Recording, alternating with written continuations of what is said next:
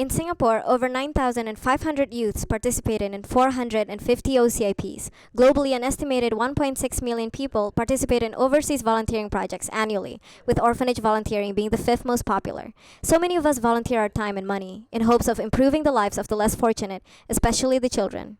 But in reality, our efforts aren't actually helping these orphans. They're turning orphanages into economic opportunities. Over the years, the number of orphanages and orphans have greatly increased.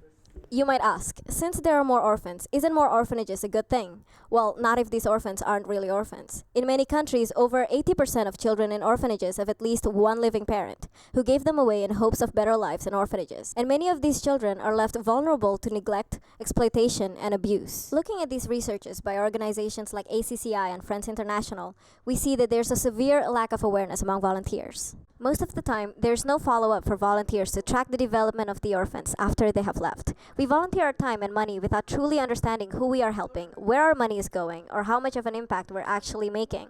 Friends International launched extensive social media campaigns to educate people about responsible and informed volunteerism. Yet success is limited by the fact that people often react emotionally and impulsively to charity organizations that ask for help. Awareness campaigns alone are insufficient in helping volunteers identify which orphanages they should avoid, and they have no influence over the way that orphanages are run.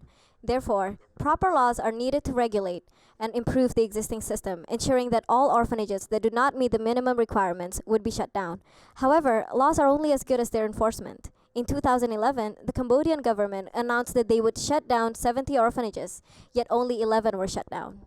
Indeed, the government lacks the resources and information to enforce policies. So could we find a way to involve the efforts of volunteers and the local community to help monitor the quality of orphanages? On top of that, the laws do not address the unquantifiable flaws of traditional orphanages. Research reveals young children who were shifted from orphanages to foster care made dramatic cognitive and emotional growth. Understanding that familial environments, which orphanages fail to provide, are indispensable to a child's development, ACCI and Friends thus developed family-based programs. It is crucial to change the false mindset that orphanages are the only viable options for impoverished families.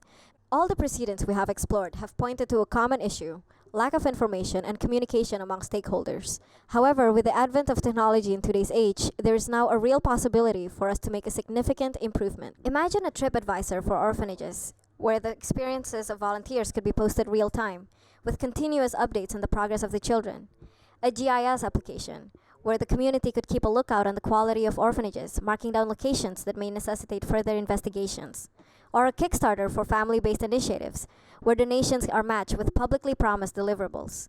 Imagine a world where our combined efforts can actually help these children.